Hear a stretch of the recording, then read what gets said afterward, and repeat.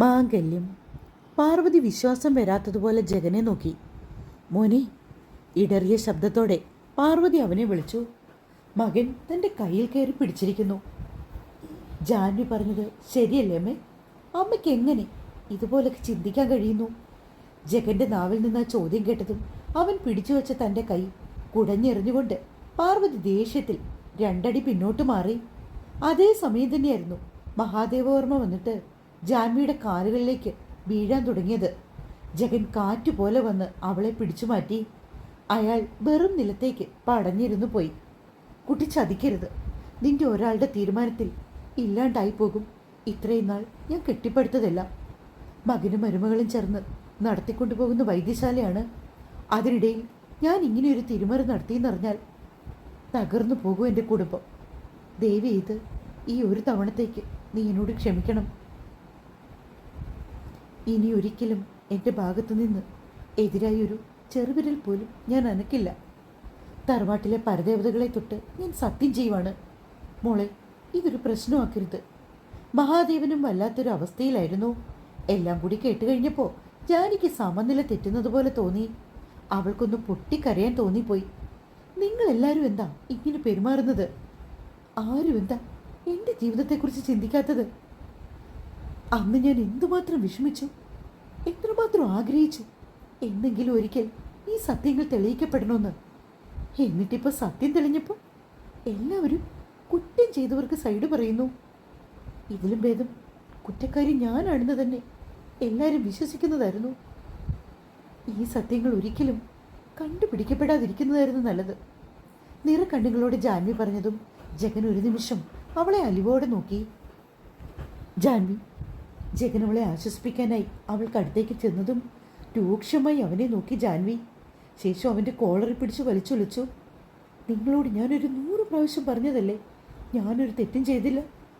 അന്ന് ഒരിക്കൽ പോലും അത് കേൾക്കാൻ കൂട്ടാക്കാതെ വാശിപ്പുറത്ത് നിങ്ങളെന്നെ വിവാഹം കഴിച്ചു.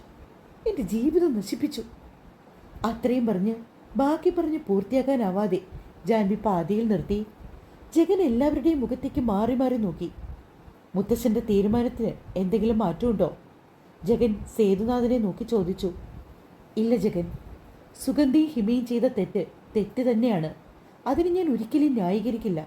പക്ഷെ തെറ്റ് ചെയ്തവർക്ക് അതിന് തക്കതായ ശിക്ഷയും നമ്മൾ നൽകി കഴിഞ്ഞിട്ട് പിന്നെയും ഇതിൻ്റെ പേരിൽ കോടതിയും കേസും കൂട്ടമായി നടക്കേണ്ട കാര്യം എന്താണ്? അതിനോട് എനിക്ക് തീരെ യോജിപ്പില്ല. അത് പറ്റില്ല മുത്തശ്ശ. അപ്പച്ചയ്ക്ക് ശിക്ഷയൊന്നും കിട്ടിയാൽ പോരാ. ജാൻവിയുടെ തീരുമാനമാണ് ഇവിടെ വലുത്. ജഗൻ, നീയൊരു പോലീസ് ഓഫീസറാണ്. കാര്യമൊക്കെ ശരി തന്നെ. അതുപോലെ തന്നെ ഇവളെയും കെട്ടിക്കാറായ മകളെയും ഇനി കോടതി കയറ്റി ഇറക്കുവാൻ ഞാൻ ഒരുക്കുമല്ല. എൻ്റെ സ്വാർത്ഥതയാകും. ശരി തന്നെ. ഞാനൊരു അച്ഛനാണ്. എനിക്കിപ്പോൾ എൻ്റെ മകളാണ് വലുത്.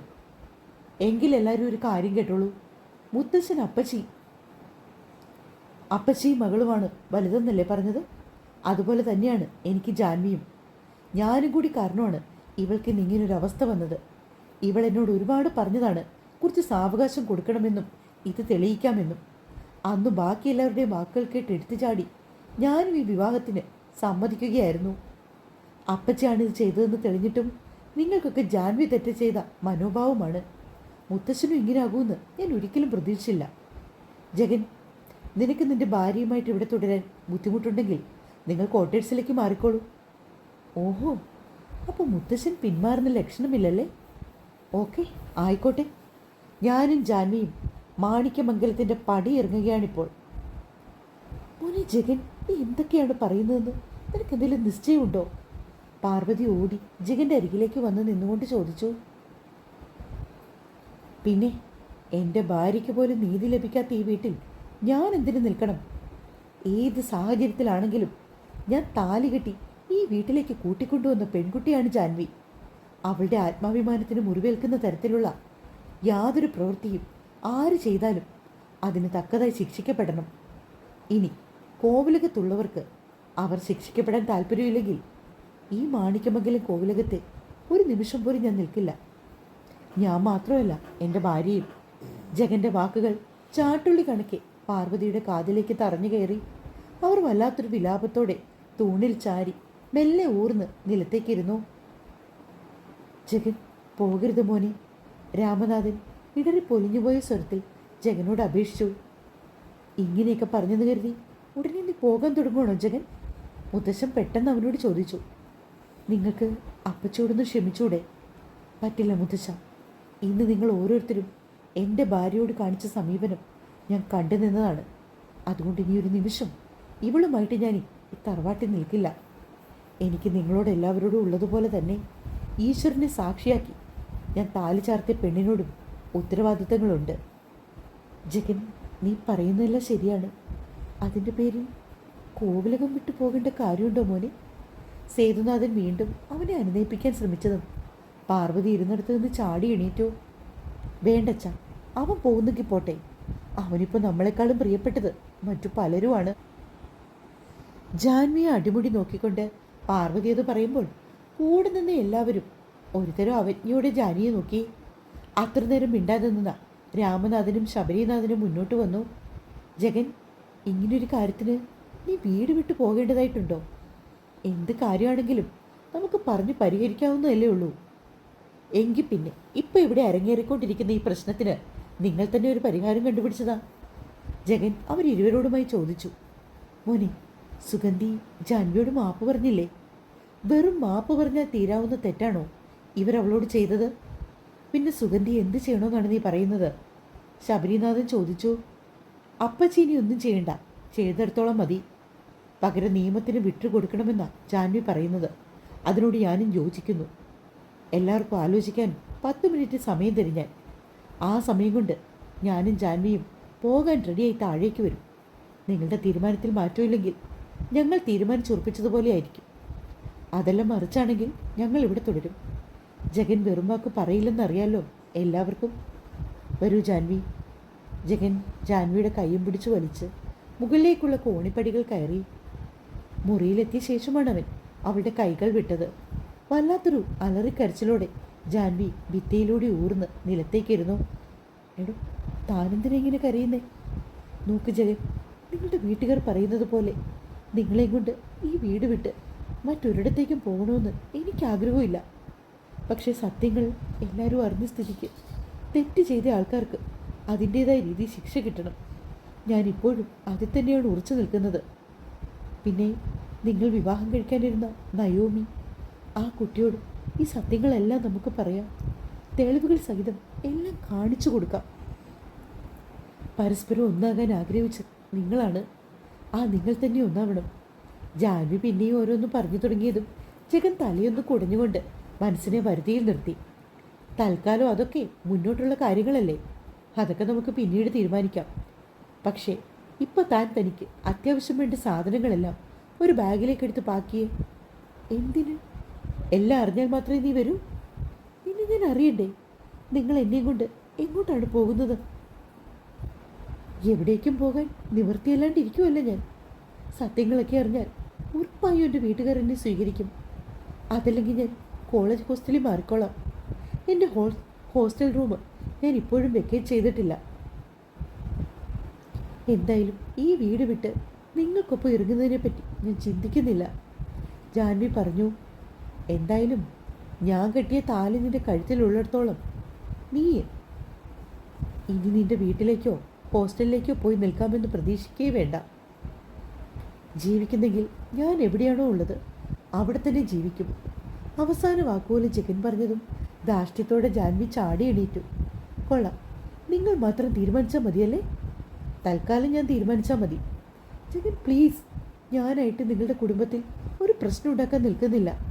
എന്നെ എൻ്റെ വഴിക്ക് വിട്ടേക്ക്. നിന്നെ നിൻ്റെ വഴിക്ക് വിടാൻ വേണ്ടി തന്നെയാണ് ഞാനിപ്പോൾ ഇവിടെ നിറങ്ങാൻ തീരുമാനിച്ചിരിക്കുന്നത്.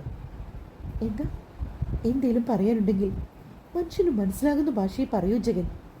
തൽക്കാലം നീ ഇപ്പോൾ ഇത്രയും മനസ്സിലാക്കിയാൽ മതി. ബാക്കിയൊക്കെ അങ്ങ് ചെന്നിട്ട് എങ്ങട് പെട്ടെന്ന് റെഡിയായി ഇറങ്ങടി. ജഗൻ്റെ തീരുമാനം അന്തിമമാണെന്ന് മനസ്സിലാക്കിയതും ഒടുവിൽ നിവൃത്തിയില്ലാതെ ജാൻവി അവളുടെ ബാഗിലേക്ക് വസ്ത്രങ്ങൾ ഓരോന്നെടുത്ത് വെക്കാൻ തുടങ്ങി. പിന്നൊരു കാര്യം, നിൻ്റേതായിട്ടുള്ള സാധനങ്ങൾ മാത്രം എടുത്താൽ മതി.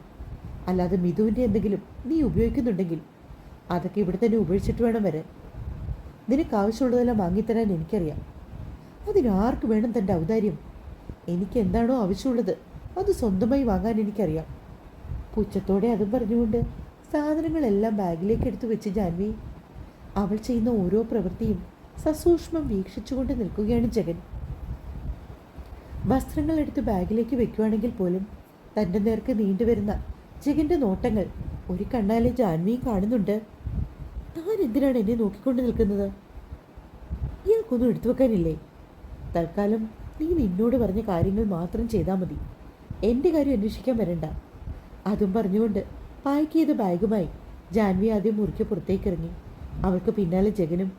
അപ്പോഴേക്കും ഇതും അവിടേക്ക് ഓടിക്കയറി വന്നു. ഇതെന്തൊക്കെയാ ചേട്ടായി കാണിച്ചു കൂട്ടുന്നേ? കോവിലകം വിട്ട് പോവാന്ന് വെച്ചാൽ അതൊക്കെ നടക്കുന്ന കാര്യമാണോ? ഏട്ടൻ എവിടേക്കും പോവണ്ട. ജാനി, നീയും കൂടി ഒന്ന് പറയൂ. നിന്റെ ഏട്ടനോട് ആര് പറഞ്ഞാലും ഇങ്ങനെ കേൾക്കില്ല. അത്രയ്ക്ക് മുരയുടെ സ്വഭാവമാണ്. പിന്നെ ഞാനെന്ത് ചെയ്യും? മിതു, നീ ഇറങ്ങി പോകാൻ നോക്ക്. ഏട്ടാ പ്ലീസ്, അമ്മ കരയുവാണ്. അമ്മ പോലും ഇവളുടെ പക്ഷം ചേർന്ന് ഒരു വാക്ക് സംസാരിച്ചോ മിതു?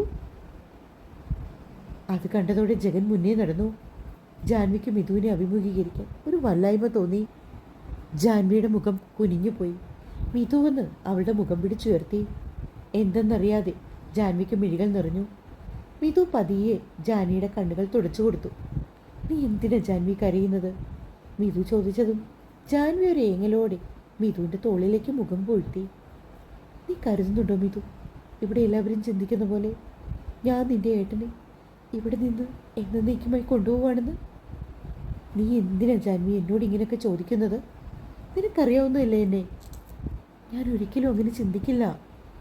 പിന്നെ താഴെ നിൽക്കുന്നവരുടെ മുമ്പിൽ എതിർത്ത് പറയാനുള്ള ധൈര്യം ഇല്ലാത്തത് കൊണ്ട് മാത്രം ഒന്നും മിണ്ടാതെ നിന്നേ ഉള്ളൂ. നീയും ഏട്ടനും എടുത്ത ഡിസിഷൻ തന്നെയാണ് കറക്റ്റ്. തറവാടിൻ്റെ അന്തസ്സും പാരമ്പര്യവും നോക്കി തീരുമാനം എടുക്കാനുള്ള ഒരു കാര്യമല്ല ആ സുഗന്ധി ചെയ്തു വെച്ചത്. അതുകൊണ്ട് നിങ്ങൾ തീരുമാനിച്ചുറപ്പിച്ചതുപോലെ തന്നെ ചെയ്യാം. ഒരിക്കലും ഒന്നിൻ്റെ പേരിലും നീ നിന്റെ തീരുമാനത്തിൽ നിന്ന് പിന്നോട്ട് പോകരുത്. ചിലപ്പോൾ നിങ്ങൾ താഴേക്കിറങ്ങി ചെല്ലുമ്പോൾ ഇതിലും വലിയ നാടകങ്ങൾ ഇനി കാണേണ്ടി വന്നിരിക്കും. അതിലൊന്നും നീ തളർന്നു പോകരുത്. അത് പറയാൻ വേണ്ടി മാത്രമാണ് ഞാനിപ്പോൾ ഇങ്ങോട്ട് കയറി വന്നത്. മിതു പറഞ്ഞപ്പോൾ ജാൻവി ആശ്വാസത്തോടെ അവളെ നോക്കി തലകുലുക്കി. അത്രയും നേരം ജാൻവി ചിന്തിച്ചുകൊണ്ടിരുന്നത് പാർവതിയെപ്പോലെ മിതു തന്നെ തെറ്റിദ്ധരിക്കുമോ എന്നാണ്. നിങ്ങൾ എവിടേക്കാണ് പോകുന്നതെന്ന് വല്ലതും ഏട്ടൻ പറഞ്ഞോ? ഇല്ല മിതു, ഒന്നും പറഞ്ഞില്ല. ഞാൻ അതേപ്പറ്റി ചോദിച്ചപ്പോൾ എന്നോട് ദേഷ്യപ്പെട്ടു. ജാൻവി പറഞ്ഞതും ഒരല്പനേരം മിതു ആലോചനയോടെ നിന്നു. മിക്കവാറും ഏട്ടൻ്റെ ഫ്ലാറ്റിലേക്കായിരിക്കും. ഫ്ലാറ്റോ? അതെവിടെ? ഇവിടെ നിന്ന് ഏകദേശം 1 മണിക്കൂർ ദൂരമുണ്ട്. സിറ്റിയുടെ അടുത്തായിട്ട് വരും. കൃത്യമായി പറഞ്ഞാൽ നമ്മുടെ കോളേജിൽ നിന്നൊക്കെ 10-15 മിനിറ്റ് അടുത്ത്. അവിടെ കുറേ ഫ്ലാറ്റുകളില്ലേ? നീ കണ്ടിട്ടില്ലേ മുൻപ്? അതിലൊരു ലക്ഷറി അപ്പാർട്ട്മെൻറ്റ് ഏട്ടനുണ്ട്. മിക്കവാറും അവിടേക്കാകും. അത് വാങ്ങിയിട്ട് അധികം നാളൊന്നും ആയിട്ടില്ല. 1 വർഷമായിട്ടുണ്ടാകും. പക്ഷേ ഏട്ടൻ അധികമൊന്നും അവിടെ പോയി നിൽക്കാറില്ല. ഏട്ടൻ്റെ ഓഫീസിലേക്ക് അവിടുന്ന് കുറച്ച് ദൂരമേ ഉള്ളൂ. ഓഫീസിൻ്റെ അടുത്തായതുകൊണ്ടാണ് ഏട്ടനത് വാങ്ങിയത് പോലും. പക്ഷേ ഏട്ടനെ ഇവിടെ താമസിപ്പിക്കാൻ മുത്തശ്ശൻ സമ്മതിക്കില്ല. അവർ പറയുന്നത് അവരുടെ കണ്ണടയും വരെയും എല്ലാവരും ഈ മാണിക്യമംഗലത്ത് തന്നെ ഉണ്ടാവണമെന്നാണ്. വയസ്സായതിൻ്റെ ഓരോരോ പിടിവാശികൾ. മിതു പറഞ്ഞതും ജാൻവി ഒന്ന് നെടുവേർപ്പെട്ടു. വിഷമിക്കണ്ട, നിന്റെ മനസ്സിന് നല്ലതെന്ന് തോന്നുന്നത് ചെയ്യാൻ ഞാൻ ഒരിക്കലും ഫോഴ്സ് ചെയ്യുവാണെന്ന് കരുതരുത്. എങ്കിലും മിതു എന്തോ പറയാൻ വന്നിട്ട് പാതിയും നിർത്തി. ജാൻവി അവളെ ഒന്ന് നോക്കിയതേ ഉള്ളൂ. കാര്യം ജാൻവിക്കും അറിയാം അവൾ എന്താണ് ഉദ്ദേശിച്ചതെന്ന്. മിതുവിന് ഒരുപാട് ഇഷ്ടമാണ് തന്നെ. താൻ എന്നും അവളുടെ ഏട്ടൻ്റെ നല്ല പാതിയായി ഈ കോവിലകത്ത് ഉണ്ടാകണമെന്ന് ഏറെ ആഗ്രഹിച്ച ഒരാളാണ് മിതു. അതുകൊണ്ട് തന്നെ അതേപ്പറ്റി എന്തെങ്കിലും പറയാനാവും അവൾ വന്നതെന്ന് ജാൻവി ഊഹിച്ചു. ഒന്നുകൂടി മിതുവിനെ ഒന്ന് പുണർന്നുകൊണ്ട് ജാൻവി താഴേക്ക് നടന്നു. താഴത്തെ സ്ഥിതിഗതികൾക്ക് ഇപ്പോഴും ഒരു മാറ്റവുമില്ല. മുത്തശ്ശനും ജഗൻ്റെ അമ്മയും മുത്തശ്ശിയും എന്ന് വേണ്ട, മാണിക്യമംഗലത്തെ എല്ലാവരും മുത്തശ്ശനെടുത്ത തീരുമാനത്തിൽ തന്നെ ഉറച്ചു നിൽക്കുകയാണ്. ജഗനും സ്വന്തം തീരുമാനത്തിൽ നിന്ന് പിന്നോട്ടൊരു അടി വയ്ക്കാണ്ട് നിന്നു. അപ്പോൾ ശരി, നിങ്ങളുടെ ജാൻവി വരൂ. ജഗൻ അത് പറയുന്നതോടൊപ്പം തന്നെ ജാൻവിയുടെ കയ്യും പിടിച്ച് മുന്നോട്ട് നടക്കാനിറങ്ങിയതും പാർവതി വഴി തടയുന്നത് പോലെ അവരുടെ മുൻപിലേക്ക് വന്ന് നിന്നു. ജഗൻ, പ്ലീസ് പോകരുത്. മുത്തച്ഛൻ്റെ ആഗ്രഹമാണ്. മുത്തച്ഛൻ്റെ കണ്ണടയുന്നത് വരെ എല്ലാവരും ഈ വീട്ടിൽ ഒരുമിച്ചുണ്ടാകണമെന്ന്. പാർവതി ജഗനെ നോക്കി അപേക്ഷിക്കും പോലെ പറഞ്ഞു. അങ്ങനെ മുത്തശ്ശൻ്റെ ആഗ്രഹങ്ങൾ മാത്രം നടന്നാൽ മതിയോ ഈ വീട്ടിൽ? ഈ വീട്ടിലുള്ള ബാക്കി ആളുകൾക്ക് ആഗ്രഹമില്ലേ?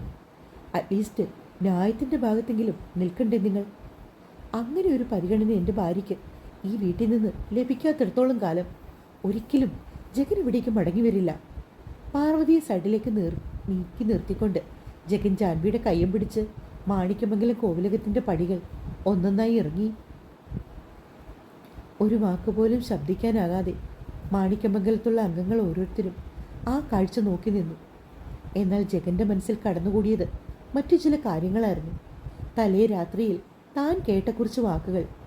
അതാണ് അവനെ ഇന്ന് ജാനിയുമായി ഈ കോവിലകത്തിൻ്റെ പടി ഇറങ്ങുവാൻ പ്രേരിപ്പിച്ചത്. തുടരും. അപ്പോൾ ഒരു പാർട്ട് കൂടി തന്നിട്ടുണ്ട് കേട്ടോ. കഥ വായിച്ചിട്ട് അഭിപ്രായം പറയണേ.